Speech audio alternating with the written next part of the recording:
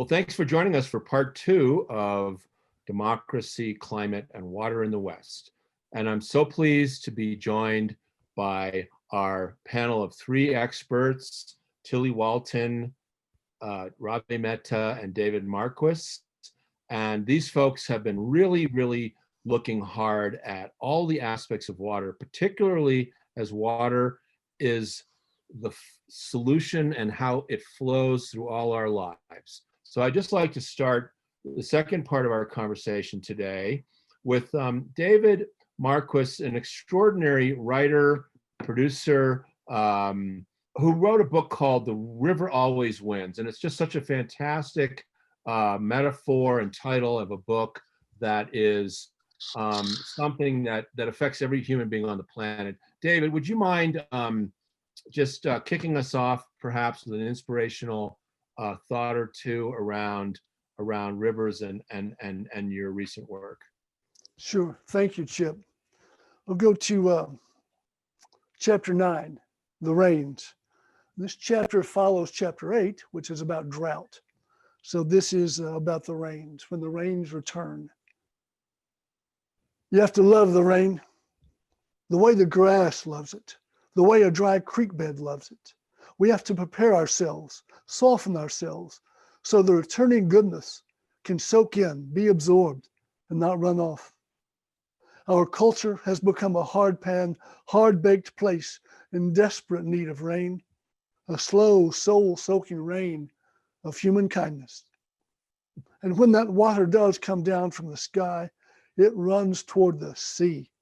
The river always, eventually, runs toward it, never away.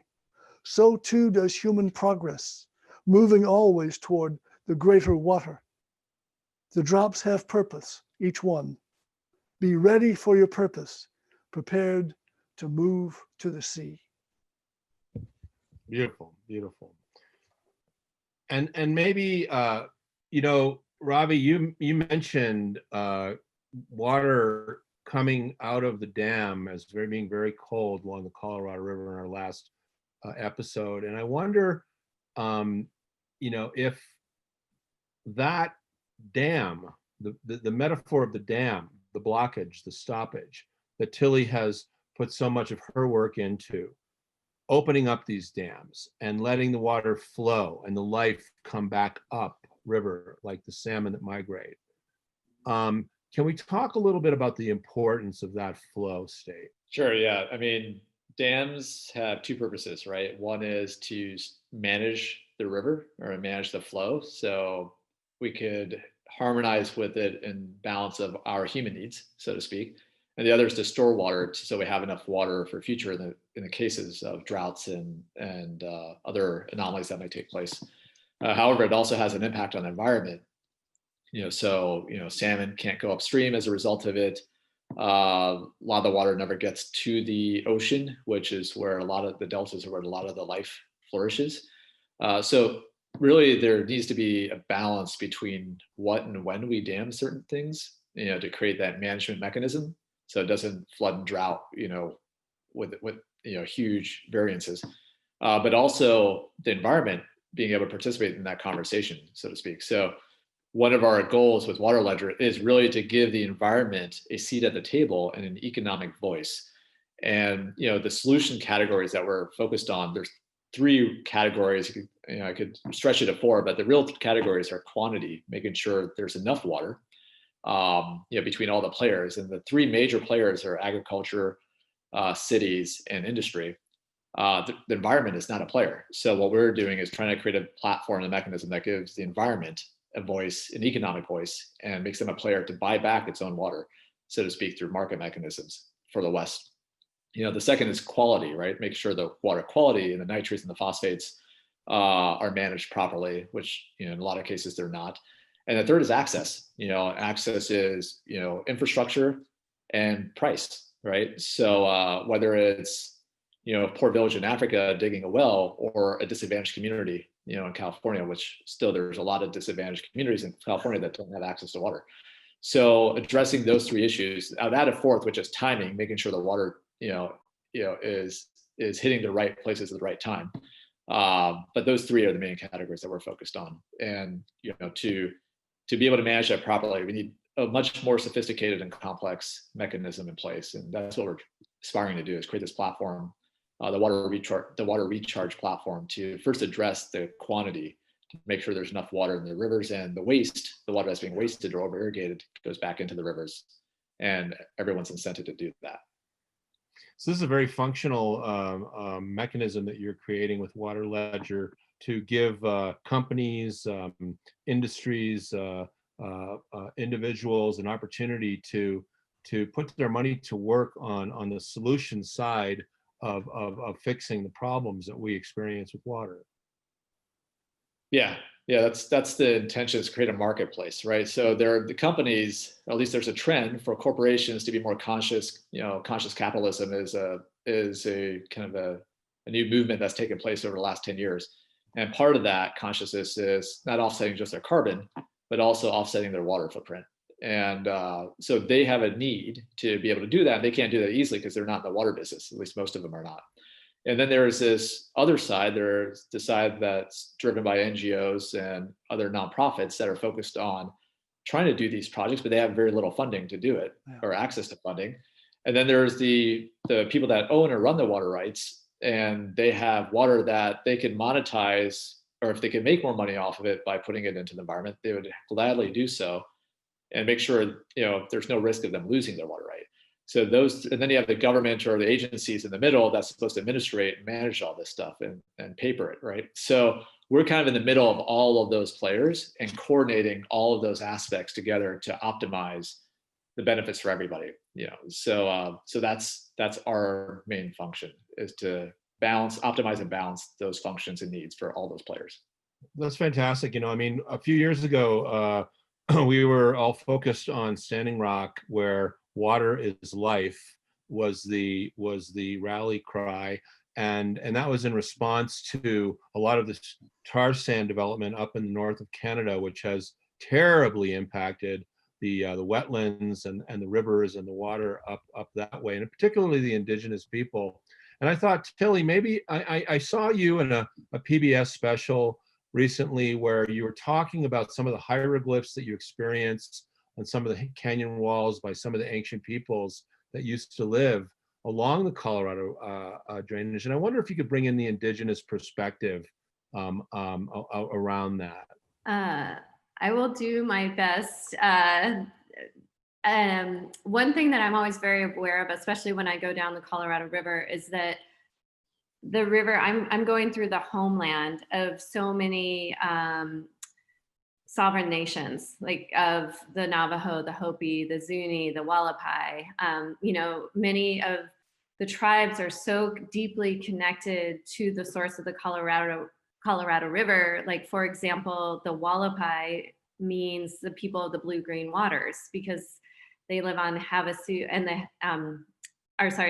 Havasupai means people of the blue-green waters. And anyways, a lot of these folks a lot of the Native American tribes have their roots. For example, the Hopi tribe, if you go onto the Little Colorado River, which flows into the main stem of the Colorado River in the Grand Canyon, there's a very, very sacred spot called a Sipapu, which is where the Hopi believe that they emerged from the world that they were in prior to this one into this world.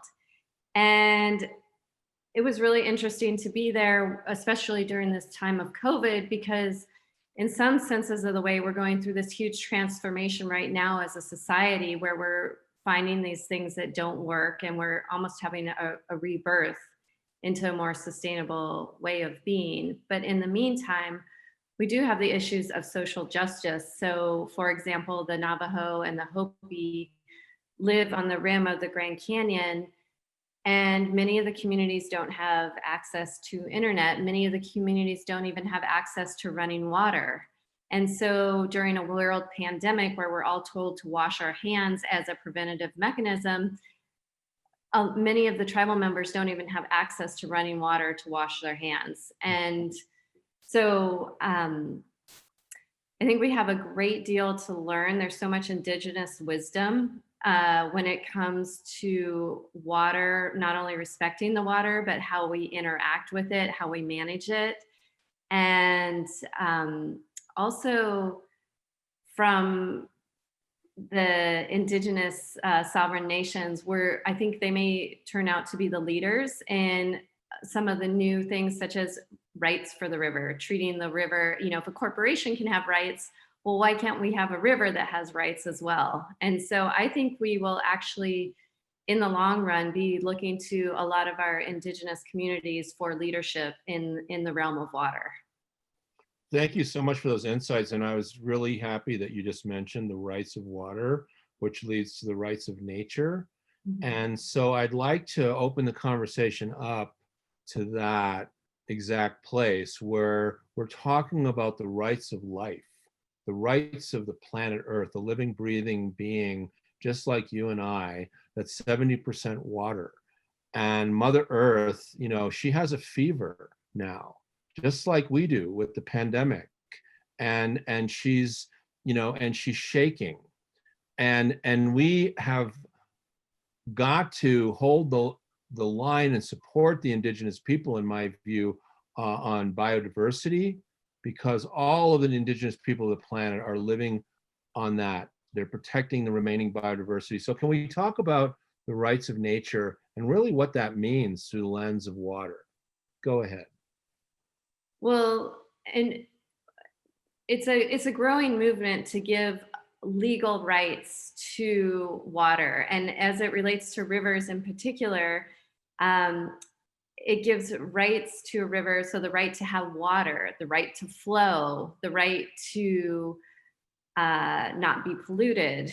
And so it's really giving a voice to water, a voice to the rivers, and a voice to the source that we all depend on for life.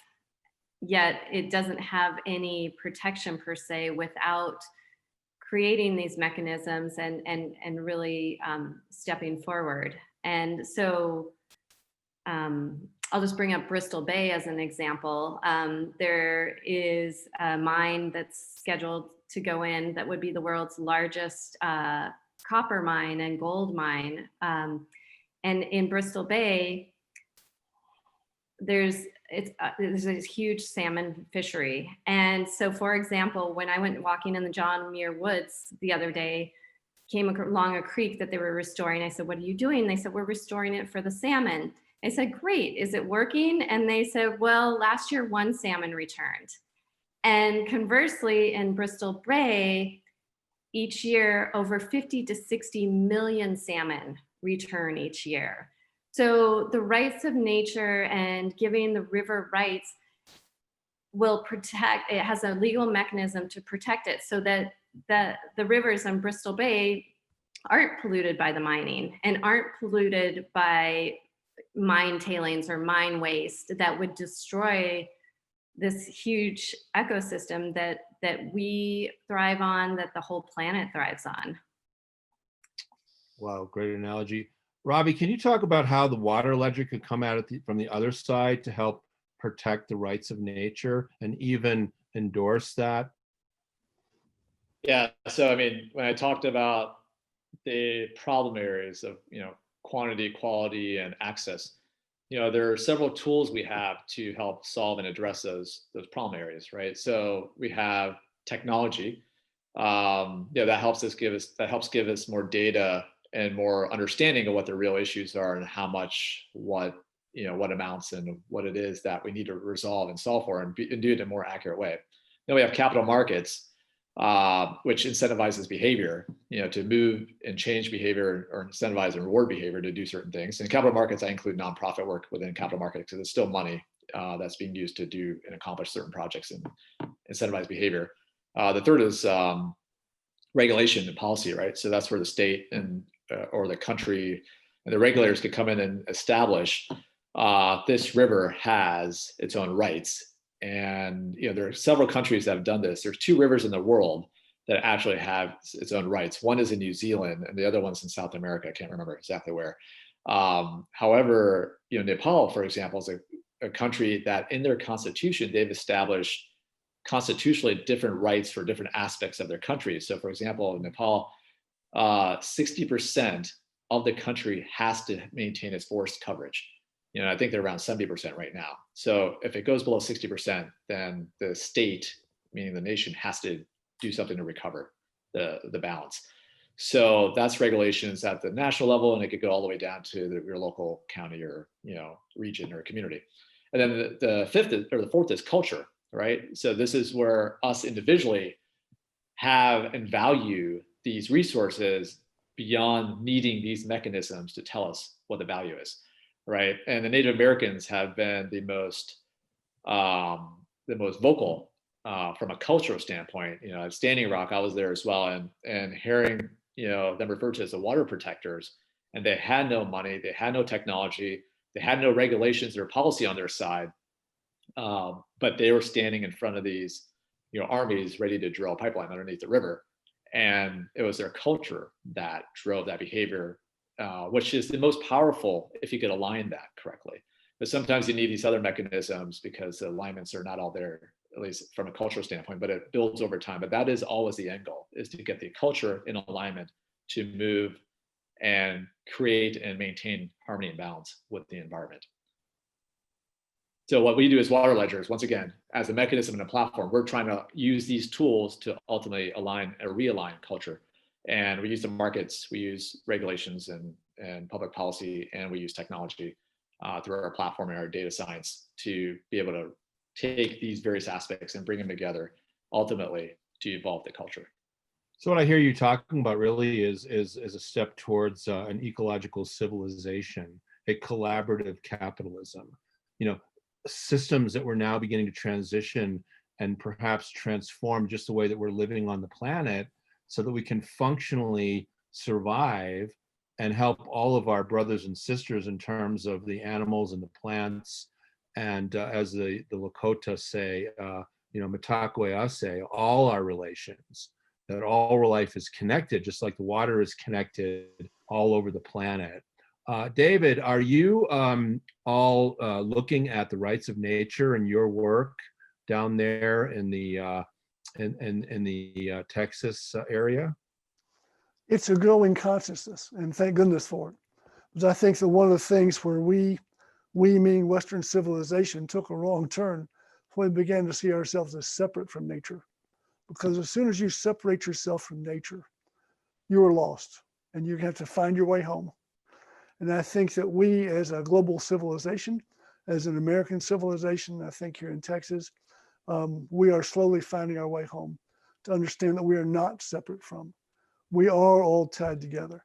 Not just all human beings, but all beings, all the entire cosmos is tied together. And I'm going to very quickly read you a very beginning from chapter 4, which is about the headwaters. It is the headwaters of movement, for all activity on the earth is tied to the movement of water, of tides, of rivers and rainfall, of drinking water moving through pipes, of crops and hydropower, of wild animals on the Serengeti migrating to watering holes. And that movement, the movement of water, is tied to gravity and slope and the moon to the earth, and the earth to the sun, and to the far reaches of the universe. If we come to understand that our worlds don't end at the end of our own fingertips, but that we all are connected, and we're not separate from nature, that's the beginning. That's the beginning of new ways of thinking about solving problems, the kind of solutions that Tilly and Ravi are talking about, the way we're looking at building urban wetlands here in Dallas. The John Booker Sands wetlands just outside of Dallas. It's a 2,000 acre wetlands created by human beings who saw a better way to filter water and put it back into the water system here in North Texas. And there's so many ways that we have to have that understanding for us to solve problems. For example, North Texas used to be an area of several 100,000 people, and it rained a lot back in those days. Now we have 7.5 million people in North Texas. And our reservoirs are at full capacity. As soon as we get a drought, they drop off precipitously. And when we were a young city and growing fast, we just planted anything because we could water it. Well, now we have landscapes all over North Texas, a 16 county area, that do not belong here. The type of grass we use, the type of trees we use, the type of flowers we use in commercial and home landscaping take up enormous amounts of water because we planted things that didn't belong here, because back in the day, there weren't that many people and there's plenty of water. Well, guess what? Now when a drought hits, there's not much water and there are an awful lot of people. So we separated ourselves from nature, and now we find ourselves trying to get back to nature to create native landscapes, xeriscapes, in order for us to be able to sustain North Texas. So it's a classic example of not just something distant, but the yard outside your house right now, the type of tree that you have in your yard right now that uses up more water than it needs to, or that it really ought to be using. It's in the wrong place. That tree's not happy here. That tree doesn't belong here. That tree belongs 100 miles east in East Texas in the forest. So these are issues we have to really take a hard look at, is how do we change that? And one of the first things we have to do is a cultural change, which is to see ourselves as part of nature, not separate from nature. Beautiful.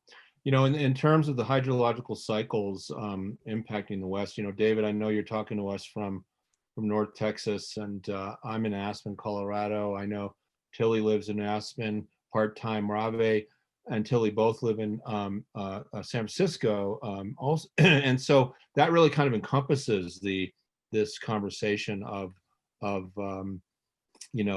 climate and water in the West. And so this is area that's been terribly impacted by drought. I think that we're going into our probably maybe 15th year. It's been a really long run. And so let's just take, for instance, the city of Phoenix, Arizona.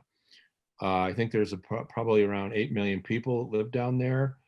And now they're starting to experience days that are in excess of 110 degrees, too many of them.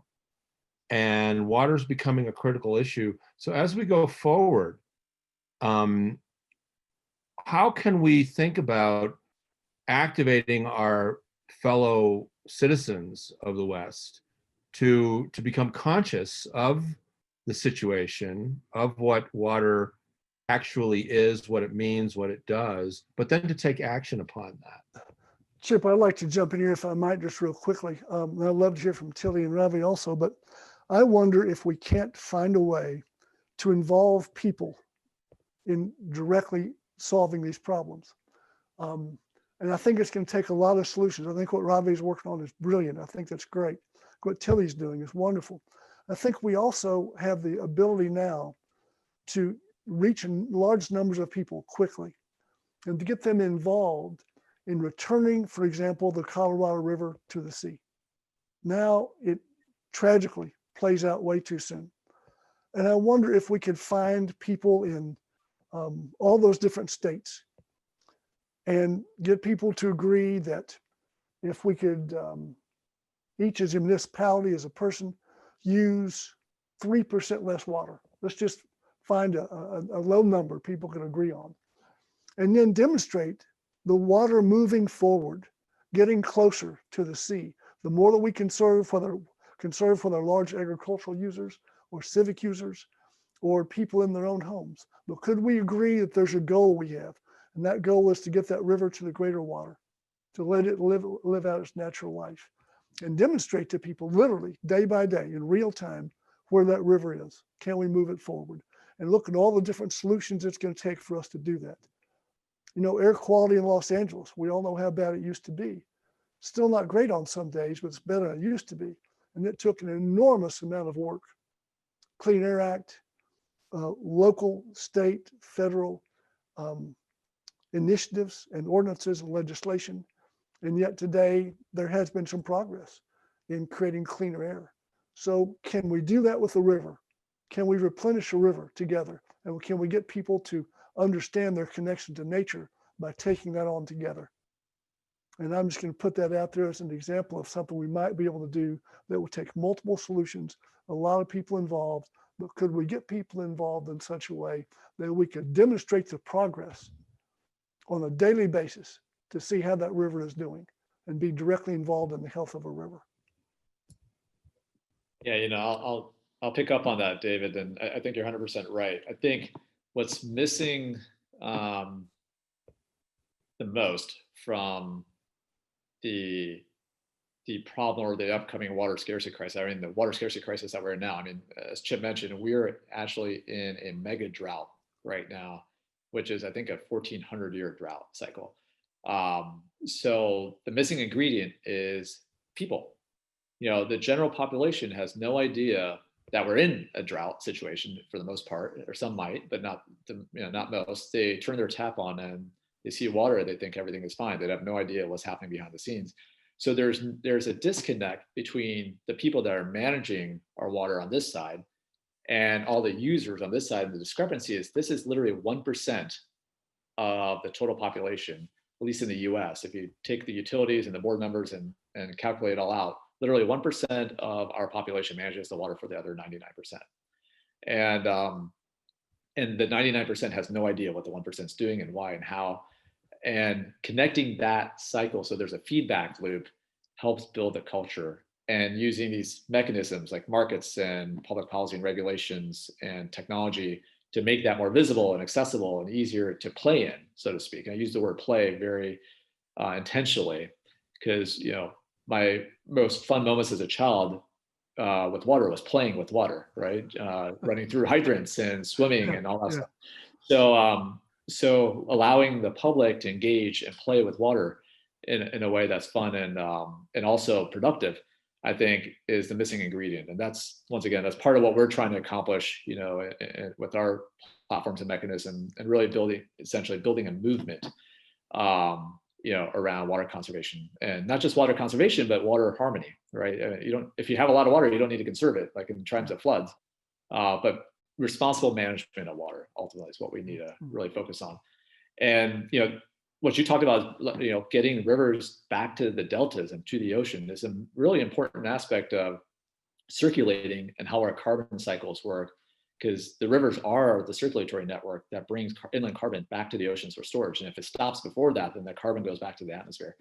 So, I know Tilly was involved in a really exciting and interesting project called the Pulse, where they actually did bring water for a moment, Colorado River, back to the ocean. Maybe you could talk to that a little bit, Tilly. Yeah, it's so interesting to think about all of our connections to water, because it's for example, the Colorado River, we have the economics. It provides over $1.4 trillion in economic activity. And, like Chip said, it's 40 million people are relying on this for their drinking water. And yet we've somehow lost our connection to the water and the importance of it. And we've also lost this connection of the river flowing to the sea. And so, as Rave mentioned, in 2014, Mexico and the United States and a whole lot of nonprofits worked together to kind of bank the water and simulate a flood for the water to make it because right now the Colorado River, very few people know this, but it runs dry on American soil. The Colorado River ends in a little tiny trickle that you can step over. And it's filled with plastic bottles, and it's into a vast dry riverbed of sand. So it doesn't even reach the ocean. And so this flood allowed the water to reconnect briefly with the ocean. And as I mentioned earlier, what was so unique about this is, one, it fed all the plants and the animals that have been hibernating for years, and it really helped the wildlife, but it really revived the community's connection to the river. I think the part that we didn't expect to see was how excited people were to be at the river's edge and laughing and playing, and horses dancing and kids playing in the water. And just that reconnecting to that vital water source was for me personally, the coolest part of the experiment. And so I think that's really what we can do is connect, realize our economic connection and take these economic steps, but also this importance of movement building and reconnecting ourselves to this source on a visceral level. And so maybe for some that means going down to, if you live on the ocean, down to the ocean's edge and connecting to water there, or going to your local park and sitting by the lake, or maybe there's a little local waterfall if you're lucky enough to live near some wilderness. And so there's these many opportunities, I think, to just connect on a day-to-day level. And also, I think as us who are involved in this water movement, really remembering the importance of connecting people back in, because I think too often our movement, I feel like we've gotten carried away into the focus only on nature, and there is this dance that we do between us as humans and this living, breathing thing that is the river. And so reconnecting both us as humans back to the river and the importance of the river, I think is something that we can do as we're working together. And that, like I said, can be as simple as going down to your local park and just having an awareness and keeping an ear out for, oh, what does that mean if they want to put a dam in on my local river? Or what does that mean if they want this mine to come in? So learning, taking the opportunity to learn a little bit more as well. That's wonderful. I'd like, as we come to the end of our time here, I'd like to do a quick round robin on solution. And so I'm going to start it off by telling you a quick story about my friend Bob Nixon, who started something called the Earth Conservation Corps on the Anacostia River. And he got really incredibly poor people, mostly people of color. This is in Washington, D.C. And they went in and they took thousands of tires out. And these kids that were hanging out in the streets and were having problems with drugs and alcohol and broken families and such, all of a sudden were immersed into the river that they cleaned up over a very short period of time. And over a few years, what was once a very filthy area of pollution and trash began to rejuvenate. And I wanted to ask you all if you might know of something similar, or you just said a beautiful story about the Pulse Tilly, but maybe we could just go around quick and then we can conclude our program. I'd be glad to jump in. We have taken on a major project to get people to be more involved in the Trinity River. The Trinity River is the largest single watershed in Texas. Half of the people in Texas are impacted by the Trinity. Fort Worth, Dallas, and Houston flows all the way down to Galveston Bay. And yet many people in North Texas have no consciousness of this river at all. So worked with a group, and we recently got National Recreation Trail designation from the Department of the Interior, National Park Service, so that we will now have a trail that will ultimately become the largest urban nature park in the world. Of all the nature preserves and parks along the Trinities that flows through North Texas.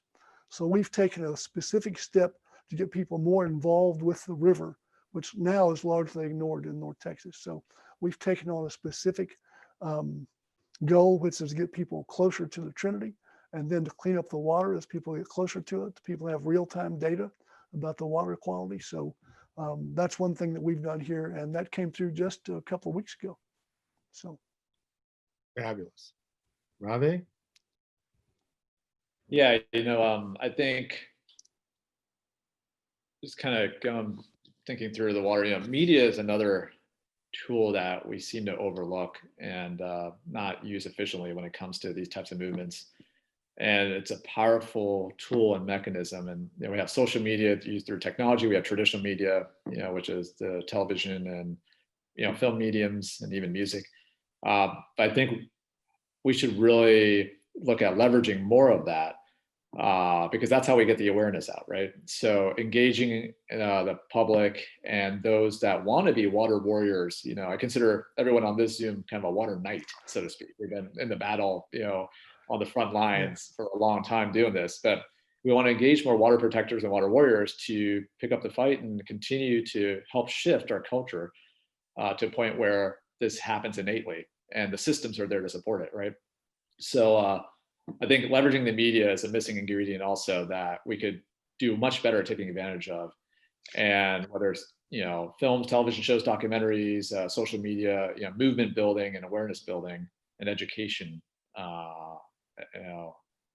educational expansion is a big piece. And so I would just offer that thinking about ways to do that more effectively would be really a big boon to our efforts here. Thank you. Tilly, would you like to offer a concluding thought? Sure. Oh my gosh, for solutions, there's so many exciting things that could be done. I mean, I think even just beginning with diversity of widening the pot, having more diverse voices in youth. I watched some of the earlier AREDAY shows. I mean, these teenagers are doing such amazing work, and this is the planet that we want to leave a better place for our kids and our youth. And also just, there's so many opportunities, like instead of erecting, there's so many new technological solutions. So instead of building an old school dam, like do a run of the river electrical generation, so where you don't have to block the entire flow of the river, yet you can still get electricity. Different methods of more efficient watering of our crops. Israel is one of the leading people in water efficiency. And so there's so many sort of tech solutions that are available. And then, as you mentioned, Chip, with the Earth Conservation Corps, South Africa has a whole entire program called Working for Water and Working for Wetlands. And they employ, like, this could be such an opportunity with COVID and so many people losing jobs to have a restoration corps where the government could help provide temporary jobs for people, kind of like Hoover did with, and just create it where people are restoring rivers. And that's how they're earning money and gaining new skills. And so there's a whole new restoration economy that we have the potential to go into. And as we start to get into solutions like solar and things like this could be such an opportunity to create jobs, restore rivers, and restore our connection back to water. Thank you so much for bringing us to that place, Tilly. I'm so delighted that John Kerry will become our climate czar. I know he's on the climate task force, and they're talking about a climate core. So I think that these ideas are very important to put forward to the incoming administration, because we've got a lot of work to do ahead of us. So I think that I would at this point ask David to bring us home, if you will, with some concluding thoughts from your wonderful book. And folks, we hope that we'll be continuing this water dialogue, and please check back often to see the latest AREDAY virtuals programs that we'll be putting out. But David, please. Thank you, Chip. This is from chapter 12, The River Always Wins. And what do the drops, the people, learn from this? They learn to move with purpose toward goodness, and that their journey has been worth it. Even the floods and the rapids and the drought. They learn that there is progress and hope in all things human, and that time is not an ultimate measure. The drops learn that the culmination of this long, arduous way is the knowledge that they are just getting started. Thank you. Thank you, David, and thank you, Tilly, and thank you, Rave. Thank you all so much for bringing your wisdom and your vision and your love for water to today's program. And thank you, folks, for coming and supporting AREDAY, and we hope to see you all soon. Take care. Thank you, Chip. Bye. Thank you, Chip, for all that you do. Thank you. Thank you, David and Rave. Thank you, Tilly. Thank you, David. Thank you, Chip. Thank you. Tilly and Rave, it's been a pleasure and an honor. Thanks. Chip, Great. thank you.